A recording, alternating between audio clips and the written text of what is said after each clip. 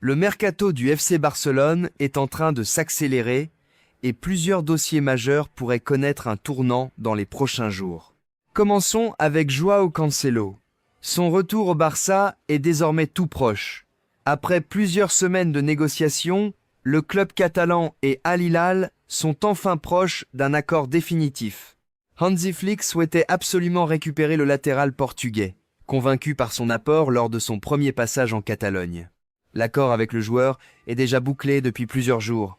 Le seul obstacle concernait les discussions avec Al Hilal, mais le club saoudien a finalement accepté de négocier. Barcelone devrait débourser environ 8 millions d'euros pour récupérer Cancelo, qui signerait un contrat de 2 saisons. Une excellente nouvelle pour Flick, qui voulait renforcer le couloir droit avec un joueur qu'il connaît déjà. Autre dossier brûlant, Ferran Torres. L'attaquant espagnol continue d'envoyer des messages très clairs à la direction du Barça. Il affirme qu'il attend désormais que le club lui montre réellement sa confiance. Dans le même temps, il ne cache plus que l'intérêt du Paris Saint-Germain le séduit. Selon le journaliste Matteo Moretto, le PSG veut accélérer immédiatement. L'objectif du club parisien est simple: trouver un accord avant le retour de Ferran Torres à l'entraînement avec Barcelone, prévu dans les prochains jours. Toujours selon ces informations, Paris prépare une première offre comprise entre 40 et 45 millions d'euros.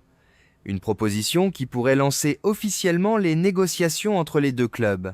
Pendant ce temps, le Barça répète en interne qu'il souhaite prolonger Ferran, mais seulement après la fermeture du mercato. Une stratégie qui laisse planer de nombreux doutes sur l'avenir de l'international espagnol. Le feuilleton est donc loin d'être terminé. Autre information importante, Marc-André ter Stegen quitte officiellement le FC Barcelone, au moins provisoirement. Le gardien allemand a été prêté à l'Ajax Amsterdam jusqu'en juin 2027. Après une période très compliquée en Catalogne, il espère retrouver du temps de jeu afin de revenir à son meilleur niveau. Son passage au Barça restera tout de même historique. Arrivé en 2014, ter Stegen aura disputé plus de 420 matchs sous le maillot blaugrana et remporté 20 et un trophée, dont la Ligue des Champions en 2015. Il est aujourd'hui l'un des joueurs les plus importants de l'histoire récente du club. Du côté de la Masia, deux jeunes veulent convaincre Hansi Flick pendant cette préparation, Xavi Espart et Álvaro Cortés. Espart a clairement affiché son ambition. Il veut rester définitivement avec l'équipe première.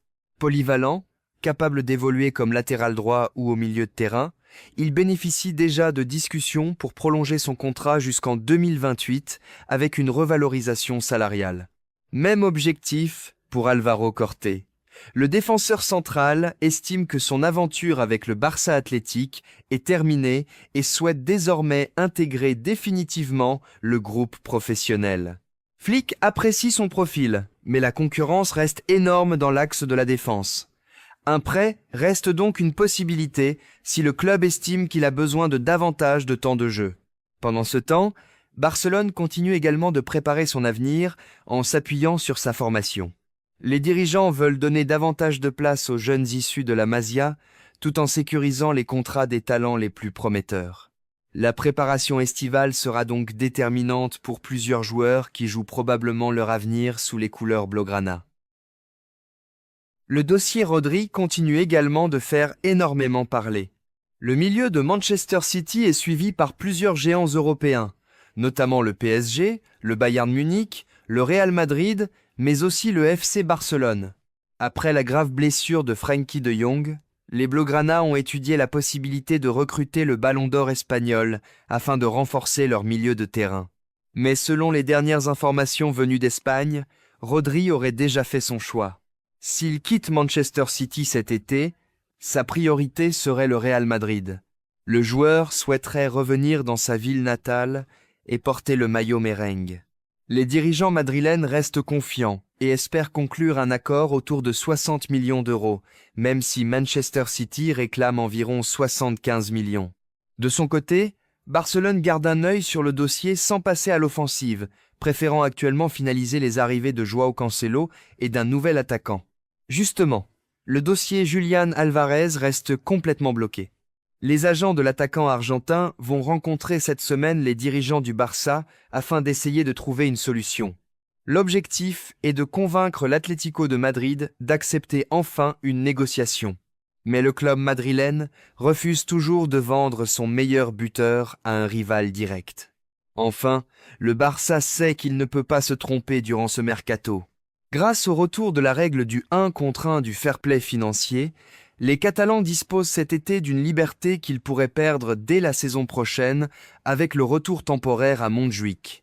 Les dirigeants veulent donc profiter de cette fenêtre pour construire une équipe capable de rester compétitive pendant plusieurs saisons.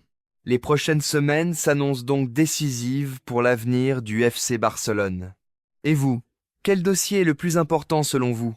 Le retour de Joao Cancelo, l'avenir de Ferran Torres ou la recherche d'un nouveau numéro 9? Dites-moi votre avis en commentaire. Et si vous aimez toute l'actualité du Barça, pensez à vous abonner pour ne rien manquer. À très vite pour une nouvelle vidéo.